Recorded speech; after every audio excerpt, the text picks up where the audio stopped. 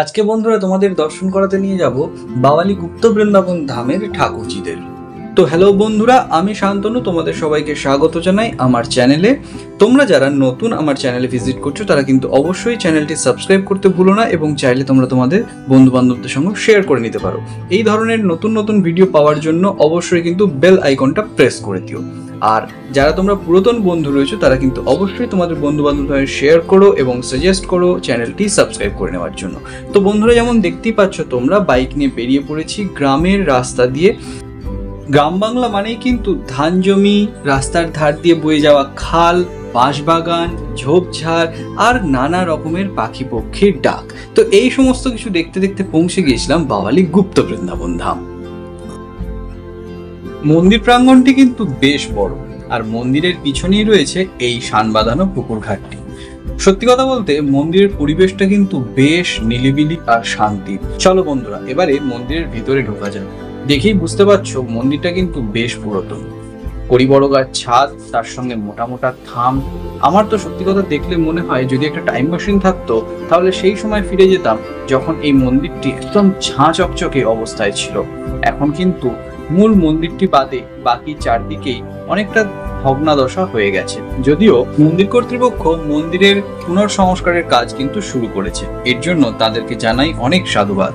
দেখতেই পাচ্ছ তৎকালীন সময়কার স্থাপত্য শিল্পের কি অপূর্ব নিদর্শন এখানে পাওয়া যাচ্ছে।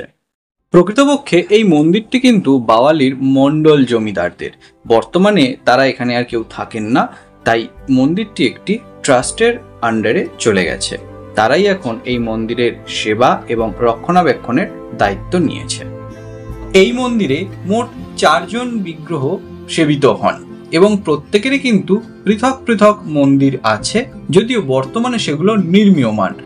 মন্দিরগুলির ভগ্নদশা দূর করে সেগুলোকে নতুন করে আবার তৈরি করা হচ্ছে, সেই জন্য সেই 4 মূর্তি বিগ্রহই এখন কিন্তু এই একটি মন্দিরের মধ্যেই সেবিত হন।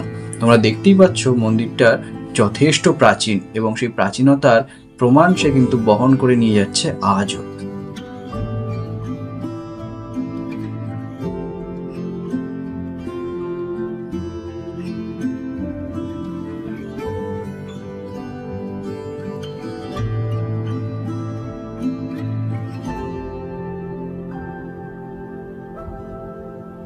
এবার একটু কথা বলি এই মন্দিরের 4 বিগ্রহের সম্পর্কে। আসলে এনারা 4 ভাই।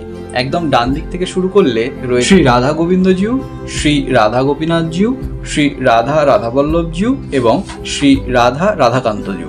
মন্দির থেকে জানতে পারলাম একখণ্ড কোষ্ঠী পাথর থেকেই নাকি জমিদাররা এই 4 ভাইকে তৈরি করিয়েছিলেন। সেই মূল কোষ্ঠী পাথরেরই একটি খণ্ড আজও দরজার চৌকাঠের কাছে রাখা রয়েছে। আমার এই ভিডিওটা তোমাদের কেমন লাগলো অবশ্যই কিন্তু জানাতে ভুলো না। খুব তাড়াতাড়ি ফিরছি আরেকটি নতুন ভিডিও নিয়ে, ততক্ষণ সঙ্গে থেকো।